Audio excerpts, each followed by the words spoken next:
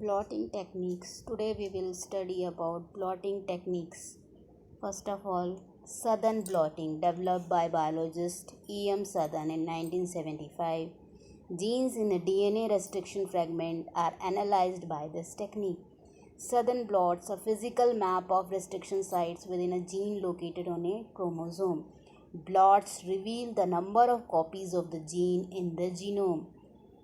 Now the technique. First of all, DNA fragment is isolated from a given sample and then it is digested with the help of restriction enzyme. These DNA fragments, which are of unequal length, pass through agarose gel electrophoresis. From these fragments separate in accordance with their sizes. Gel is then put over the buffer saturated filter paper. Gel is covered with nitrocellulose filter and overlaid with dry filter paper. The dry filter paper draws the buffer through the gel. Nitrocellulose filter binds DNA fragments strongly. DNA fragments permanently fixed over the nitrocellulose filter after baking at 80 degrees centigrade. Filter is now placed in a solution containing radio-labeled RNA or DNA probe.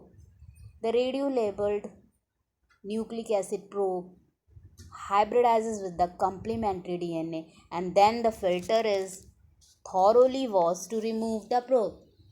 Now the hybridized detected through the as they are radioactive, they are detected through autoradiography. Now the entire process, first of all we cleave one DNA fragment with the help of one or more restriction enzymes, then we electrophoresis. After electrophoresis, it is the various fragments are transferred to the nitrocellulose filter paper, and when these fragments are separated according to their sizes, they are hybridized with the help of radioactive labeled probes. Now the autoradiographs show hybrid DNA. How we probe a southern blot? Through the technique of gel electrophoresis. As clear in the diagram, restriction endonuclease enzyme cut off the genomic DNA. Then the next step is electrophoresis. Then with the help of southern blotting technique,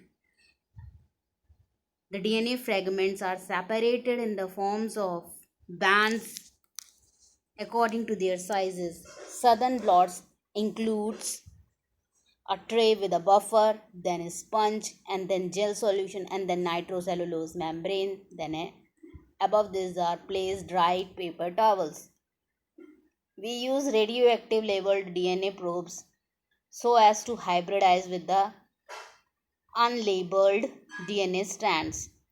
Now the X-ray film is exposed and we determine the size of the restriction fragment that hybridizes to the probe. Now, southern blotting is for separation of DNA fragments. We use northern blotting technique to blot transfer of messenger RNA which are separated by gel electrophoresis. This is developed by J.C. Alvin. RNA bands are blot transferred from gel onto chemically reactive paper. Here as you can see sample, then we extract RNA, then electrophoresis, then northern blotting technique. We use labeled DNA probes to separate the RNA strands. Western blotting. Tobin in 1979 developed the Western blotting technique.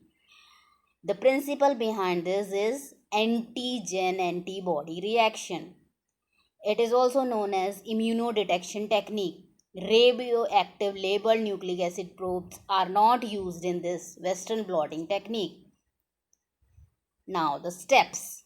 Extraction of the protein, separation of the protein using SDS phase, transfer of electrophorus gel in a buffer at a low temperature, blotting of proteins onto nitrocellulose filter paper, soaking of nitrocellulose filter, Whatman filter paper, and coarse filter paper in transfer buffer, placing of Whatman filter paper on a cathode plate, followed by stack of coarse filter, Whatman filter, electrophores, gel, nitrocellulose filter, Whatman filter paper, filter stack, Whatman filter, and an anode plate. Complete setup transferred in tank containing transfer buffer. Migration of proteins from gel to electrophore. Nitrocellulose filter. Hybridization protein using radio-labeled antibodies. Then washing and detection by autoradiography. Now the technique is simply summarized how antigen-antibody reaction. We separate protein with the help of Western blotting technique. This diagram makes it more clearer how the separation process of proteins occur by using radio labeled antibodies, which is the basis of the ELISA technique. Thank you.